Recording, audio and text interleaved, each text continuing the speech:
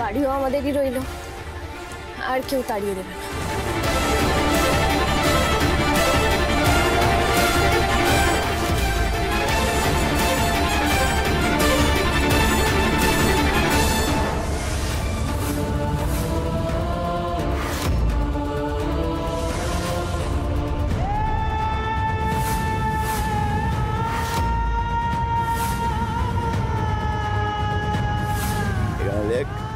আমি সিদ্ধেশ্বরকে বিয়ে করতে চাই। এই লিখে নিচে সই করে দিই।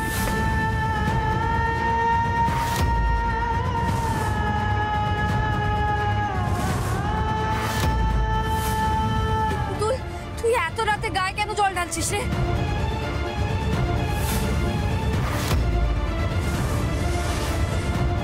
পুতুল, এই টাকাগুলো পেলি কোথায় তুই? আমি সিদ্ধেশ্বরের দ্বিতীয় শর্তে রাজি।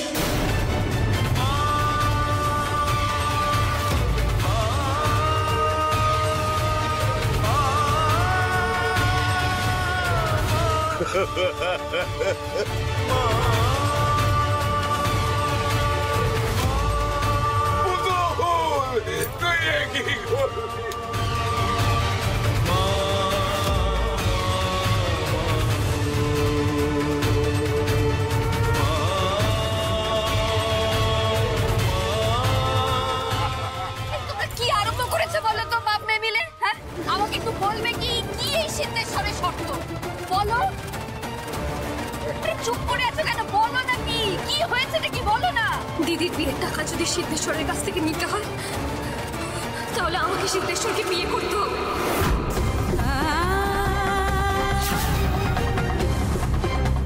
এটাই ছিল দ্বিতীয় শর্ত।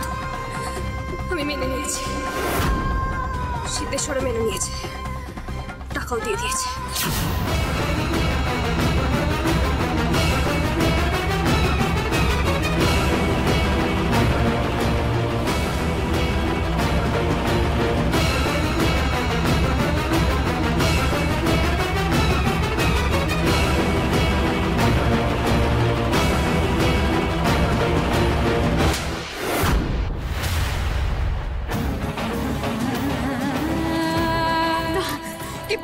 তুই বল, এটা সত্যি কথা না? বল।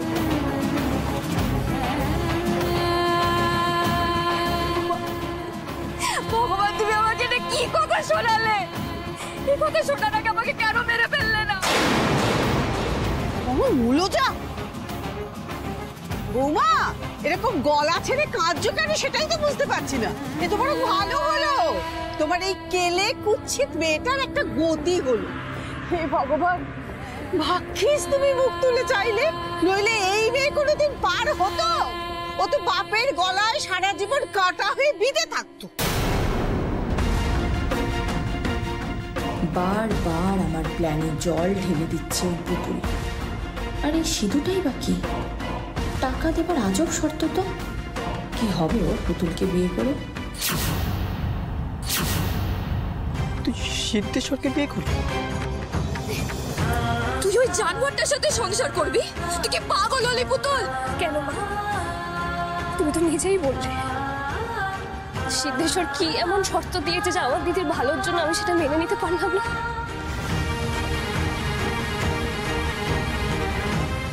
দিদির এত বড় ক্ষতিটা হতে দিলি পুতুল? তুই একবার দিদির সুখের কথাটা ভাবলি না পুতুল? কি এমন শর্ত বলেছিল সিদ্ধেশ্বর? কি এমন শর্ত দিয়েছিল তোকে বল? আমি কি জানতাম সিদ্ধেশ্বর তোকে এই শর্ত দিয়েছে? জানলে কোনোদিন এই কাজ করতে বলতাম পুতুল? বল। ভগবান, তুমি আমাকে দিয়ে কি পাপ করালে?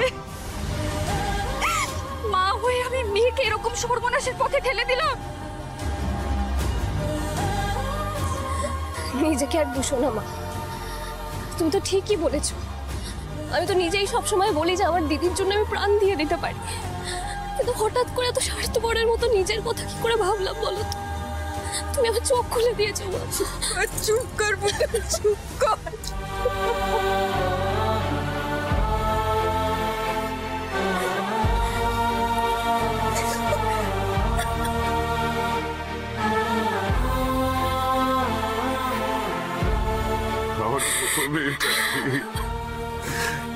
তোমরা সবাই গালমন্দ করতে, আর ও আজকে তোমাদের সবাইকে বাঁচিয়ে দিল।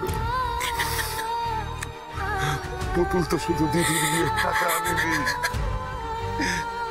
ও তো ভিটে মাটি বাঁচিয়ে দিয়েছে আমাদের, নইলে তো সবাইকে পথে পথে ফিরতে হতো।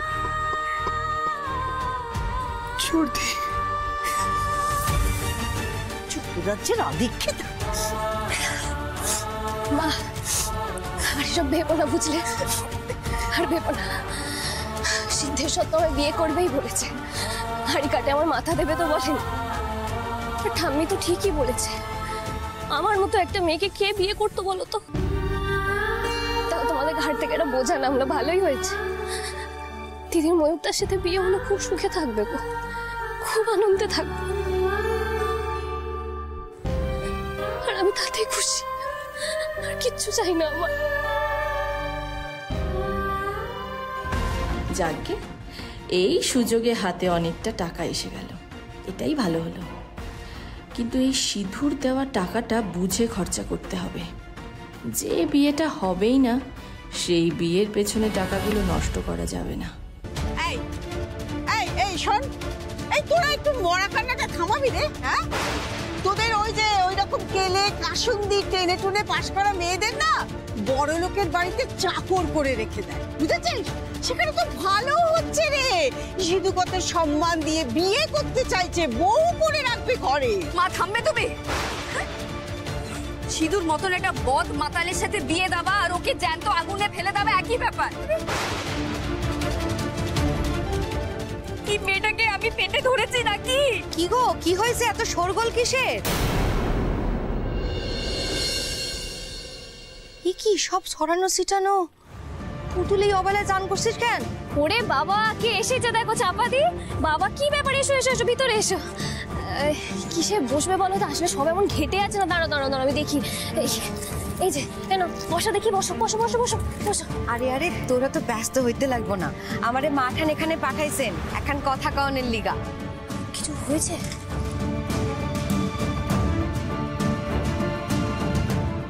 মাঠান আমার এখানে পাঠাইছেন এইটা কইতে যে কাল সকালে উনি নিজে এখানে আইসা তোমার বড় মাইয়ারে আশীর্বাদ করবেন। কি কথা বলছো গো? কালকে আমার দিদির আশীর্বাদ? ওরে বাবারে, তো বিশাল খবর। তোমায় খালি হাতে যেতে দেওয়া যাবে না, দাঁড়াও। দিদির জন্য কেমন নিজের সমস্ত কষ্ট চেপে আনন্দে মেতে উঠেছে। এ তো মেয়ে নয় গো ঠাকুর, এই যে দেবী। এই নাও এই নাও, এটা তোমার জন্য। কি সুন্দর রে। তোমরা তাহলে কাল সকাল সকাল